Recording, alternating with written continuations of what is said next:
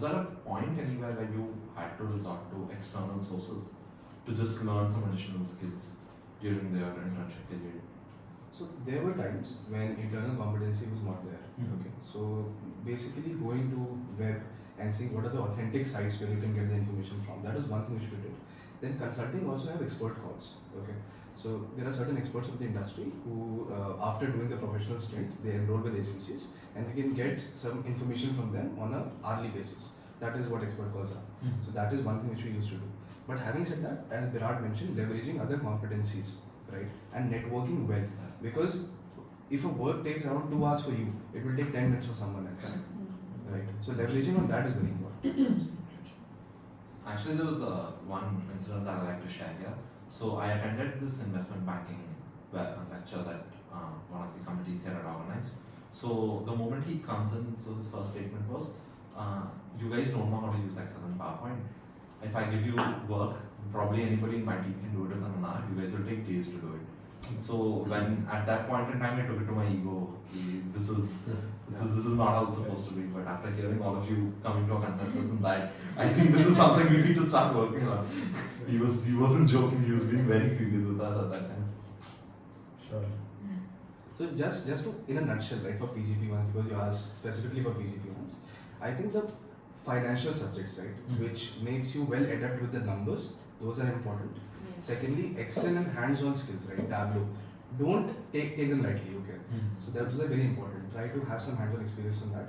And thirdly, try to participate in more speaking activities. Okay, whatever opportunities you get. I think UD Talks is a great initiative for that. So kudos to you guys. So yeah, so these type of initiatives work. Right? How much did your day-to-day responsibilities vary throughout the internship period? Right. So for my case, a project was given to me on the second or third day, right? But at the same time, it was the onus of me to get it clarified from my manager what exactly my deliverables are. So if you don't push your manager or the person you're working with, then it becomes very ambiguous going forward. So I connected, I tried to catch up. This is the scope which I have to work on. This is the thing I'm doing end to end. So that is very important when you go into internships, right? Secondly, there are days with high intensity, there are days with low intensity. So sometimes the work is a little bit of ad hoc, but at the same time you have to have the end vision in mind. Okay, this is the deliverables I'm working on. So is this working? Is this work which I'm doing helping in achieving that? So I have to be very clear with it. But mostly of my experience, I think it was more or less clear. I was working at the client side as well. I was working with the teams. There were daily stand-up calls which used to happen in the morning to align ourselves for the day and even for the week perhaps. So that helped me for. So it was more an end-to-end or a larger think process which was going on. So for me it was a bit different. So one thing that I realized that consulting as an industry is really fast-paced. And when I got into the project day one, my manager told me that you have to get your hands dirty and it's not like you can just chill for a while and then learn things and then start on. Yeah. So I was given my deliverable on day one, but my deliverables got changed 3 times, and then at the third time I got my final deliverable, which was 2 weeks later, and before that I was working on something else. So this is how fast-paced things are, and you need to adapt to all the deliverables that you're getting. But having said that, it's not like you're adapting alone. My team was really helpful because I was not from finance. They did a lot of hand holding as well. They provided me with the resources that were necessary. So you need to be flexible, but at the same time, there will be people who will be helping you with your way out. Right. So for me, it was almost the same. So in the initial period, for me, it was very chill. They used to give me work like format kar de, and all. But so I worked in a team and I did the exact work that the team was doing. I was not assigned with a separate project like that, right? So I was working with them. So the structure was in the morning 8 a.m. we used to have handoff calls with the US team, and in the evening we used to again have handoff calls, right? So in the initial period it was pretty light and all. Just like Arnav said, you have to take the initiative, you have to take the ownership, and you have to tell them, convince them that I am able to do this work, and that is when they start to put you in the spotlight, and that is when they start to give you work, right? So after 1 month has passed, so there was some Dashera or Diwali vacations. So I Actually, I did not realize that the ownership was given to me of that particular work, but it happens naturally in the back end, right? So in the initial, I mentioned there was no work, but when the holiday season started to come in, so many people were on leaves. Especially India people were on leaves, and one fine day I was in call with the US team in the morning. I joined the call as the ritual, and I was the only one from the Indian team, and I was waiting for other people to come. I did not know that those people will not come because I did not have access to the leave and all. So I was there, and they were chatting with me. Ki, hey Arjun, what is happening? How is your college going? And I was chatting with them about SP and how is life about SP. And suddenly he started, okay, let me tell you what happened with client today. And he started talking. I was like, okay, yeah, ownership there. He is interested in giving me some inputs. And 2, 3, 4 minutes into the conversation, I realized, oh, I did not listen to any of the things that he said. And he was actually talking business. He wanted me to do things, and I was. So it happens. So the crux was one month into the internship, my responsibility actually increased, and they were expecting me to work on the level of the other people. It happens. I know in BCG also, I'll say my work was very dynamic. And in BCG there is a saying called randomness, and I'll tell you it's very random when they say it randomness, because any day your work might change, any day your priorities might change, and there was a time when I was supposed to work for 3-4 days on a particular piece, and that thing got extended for 2 weeks, and I had to work on weekends, day and night for 2 weeks to get away with that piece. Also, like, it's very random because I'll tell you, there was a guy in my team and he was given all the handover. So 2-3 people were rolling off from my project, and they were giving handover to that particular person. And so this guy was center of all the different works and projects that were going on in my case. And now the next day I got to know that this guy also rolled off because of some project requirement. So this is how dynamic it is. And I was like, who is going to do all of his responsibility? And he didn't give handover to anyone. Right. It was very dynamic for me. So yeah. I think there are situations when the projects change, okay, and interns get panicked. Okay, I was doing the project for 3 weeks, suddenly changed. So what about this effort which I did? So the major takeaway is don't give up on the internship midway. Right? You never know what the results are. You never know how the evaluation is going on. It's about the entire experience which will be evaluated on. Right? So there were many people like the projects changed, uncertainties came in, randomness came in. Those situations are there. There are some days when you will think that I'm not that important to the company maybe. I mean, I don't have a lot of, and some days you will think you are the CEO of the entire project. Exactly. This is how random. So my project changed 3 times in Kearney. So I was working on one project for 2 weeks, then another project was given for 1 week. And then the partner came to me, he said, we are already on a different project. Right, so I worked 4 weeks on a different project and 4 weeks on another project. So that is But I mean, learnings are obviously a lot more when you do shift between one project to another, if I'm not wrong, right? right. So the thing is, it's a trade-off between the breadth of things which you are doing and the depth of things you are doing. So if you get more projects, you are looking after different themes. But if you just do one project, then you know end to end about that. Yeah. Right. So since a lot of freshers also get into consulting, how do you think their experience is different from someone who has prior work experience? Yeah, so I think that because I also had 11 months of work experience before, so I can relate to that. And it was an Airtel and digitization domain, so completely different from consulting. What I think is that when you get into consulting now, it's just about a problem statement is given to you and then you have to look for a solution. It is not related to any of the work experience which you have in particular. And from what I listened to various stakeholders was that they said that it's better if you don't have any experience because you're more flexible and you're more driven to do that. The people who have prior work experience, I'm not biased against them in any way, right? But sometimes they think that they've already done that and they know that ये नहीं होगा, so probably these levers you have to apply. But being a fresher and being new to the job, you look at everything. So probably that is something which I feel that freshers are more driven. Yeah. So it's similar to what Arna said, that you have to be open to the things that are given to you. And so I also had a work ex. I was a software developer, then I was a product manager, and then when I got into consulting, I was doing a finance project. So apart from the soft skills that I learned there, for example, let's say networking, how to get your things done. If there is something that's given to you, and there are 5 stakeholders, where do you need to go? Who do you need to talk to? These were the things that I carried on from my past experience. But even if you're a fresher, it's just a problem statement. Could be a cost reduction problem, could be related to marketing, could be related to any other industry pertaining to luxury goods or any other thing.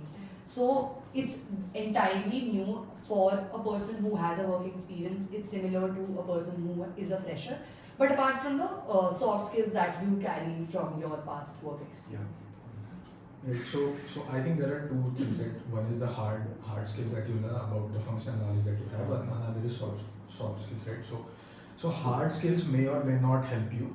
So for example, I worked in ERP projects prior to my MBA. Right. So there was a chance that I might be I might do some work related to the ERP transformation work. But what are the chances? There are very less chances that you will be given that particular work. Right. So that particular hard skill or functional knowledge may or may not help you, but the soft part of it, right? So there might be some very small things, right? Key when to escalate, whom to escalate to, how the mail should be structured. So these kind of things you learn prior to MBA that might help you, but again these are not some rocket science that a fresher cannot take it, right? So these are the things. So soft skills are something that is important, and fresher can anyway acquire them on the go. I think I also agree with that. There are a few things that freshers can also do good in consulting, right? In consulting, a lot of information comes towards you, and you don't have any information about the industry. So I was working for a cement client and also a little bit on a glass industry. So I had no information. I didn't even know how to make a glass, and I didn't know that sand makes a glass. So I was like, okay, I was that naive about the industry. So you will have to be like a sponge. You will have to absorb whatever comes towards you, and I think a fresher can do that better than a guy with work ex, because your mind is molded in a different way when you have work ex. But when you are a fresher, you absorb whatever comes towards you, and I think that's a good thing if you are a fresher and you are going into. As I would agree with Arnav what he was saying, that sometimes it's very good if you're going as a fresher, but as a work ex person, I would say that the connection, how to make a person work, to create that persona around the clients, that yeah, you are a senior guy in the team and you have to be confident and all of that. That comes with experience, I'm pretty sure. But at the end of the day, both have pros and cons, I think.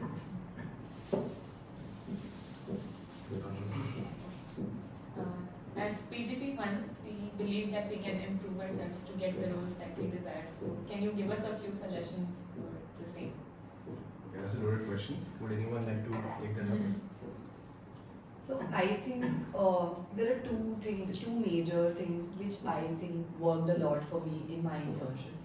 The first one is being flexible. So if you, let's say, do not like a subject or do not know a subject, you cannot just run away from it, because if you get into consulting, you might just get the first project which is of that subject. And I, for example, I didn't like operations related subject and I was not into it, but I could have gotten a project which was of operations. And the second thing is that you need to network, because the way networking will help you, no other thing would. Even if you want to get a PPO, it's not just you have to complete the tasks which are given to you. You need to talk to people in the team, you need to talk to people who are outside of your team, and that gives a lot of learning. So flexibility and networking are the, I think, two things. I completely agree with what she said, and I just want to quote the evaluation parameters, right? So it is not official, but what I thought they were evaluating the interns on, it is about the problem solving ability of the person. It is about attention to detail, right? So are you just solving the problem for the sake of it, or are you even, as Brad said, seeing that how the cement is made, how the processes work, and then coming up with a pragmatic solution, right? And third is the networking part, right? So considering the PGP ones, because they have so many touch points with each other, considering their CAD groups and everything, committees, etc. So taking up ownership of the work is very important. That basically imbibes a sense of persistence in them, which will help them wherever they go. So that is one thing which I feel. And again, as we mentioned, the financial subjects and everything, but that can be learned afterwards as well. So having the right attitude, again, boiling down to that point, is very important at this point.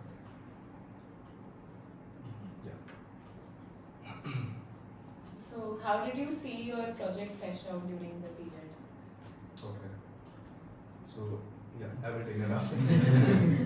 So considering I worked on 3 projects, so the first project was only for 2 weeks and it was a 11-month long project. Okay. So considering that, I was given one work stream of that. So as I mentioned, I was working with an oil and gas client, and the work stream was about target setting for net zero emissions. Right. So that was just about researching, then seeing which is the best framework which will align with the objective of the client, and then presenting it to the client. So that was about it. I don't know where it proceeded from there, but that framework was accepted by the client. So that is the one work stream. Second was with an alcoholic beverage manufacturer. Okay, and then I had to see that for sustainable procurement, what type of sourcing do they do for organic rice. So I had to research about the carbon emissions, about resource consumption of various practices, and suggest the best practice to them. That was also majorly research driven. The more implementation part was the third project. That was the bearing manufacturer part, where I had to optimize the indirect costs of that particular client. So for that, we did the baselining. We came that, okay, this is the addressable spend of the client, and then we derived the levers. Okay, so these are the levers which you have to work on. Then we went to the client side. We saw that those levers were getting applied. Time and motion study we did over there. We did a hands-on experience. If we had 5 ideas, 2 were also eliminated, right, at that point of time. So that is how it progressed. And finally, it is just 1 or 2 ideas which gets implemented, which derive the final cost savings. So considering what I saw, it was just halfway through, but halfway through is happening currently in the organization. So in my project, I was throughout the project because it was a 6 months project and I also had a 6 months stint. So in my case, I have seen the entire phase how a client is onboarded, and then you do the transformation with the company. You show the savings that you have made this much savings in the company. Based on that, you get your whatever variables and everything signed off from the company, and then at the last phase of the company you sell proposals, as he mentioned, to the same company or maybe to other clients also, and you also work on the proposals because at the end part of the stint there is not a lot of work. I mean, you are just signing off all the projects that were running in the company. So in the end part of it, it is a lot about selling the further phases, selling new projects to the client, selling new projects to new clients. So I have seen the entire transformation in the company and then selling a new project to the client. So I think I saw the end-to-end of dealing with a particular client. So for me it was as I mentioned, the routine was morning 8 o'clock we have a handoff call, and that is the time when you get to know actually what you need to do the whole day, right? So you do not have any idea prior to that.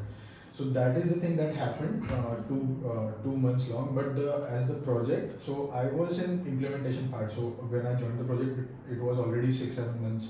Have been the people who were there into the project, and it was a implementation part that was going on. So I was working in a banking industry which is actually highly regulated, right? So there were some regulatory constraints due to which we were not getting certain approvals, and the project was not moving forward. But as soon as I entered, 1-2 weeks it was pretty chill. But as soon as we got the particular approval, it was suddenly picked up pace and it was very fast. And that is when we were working. Interns were working 12 hours, and other people, God knows. So.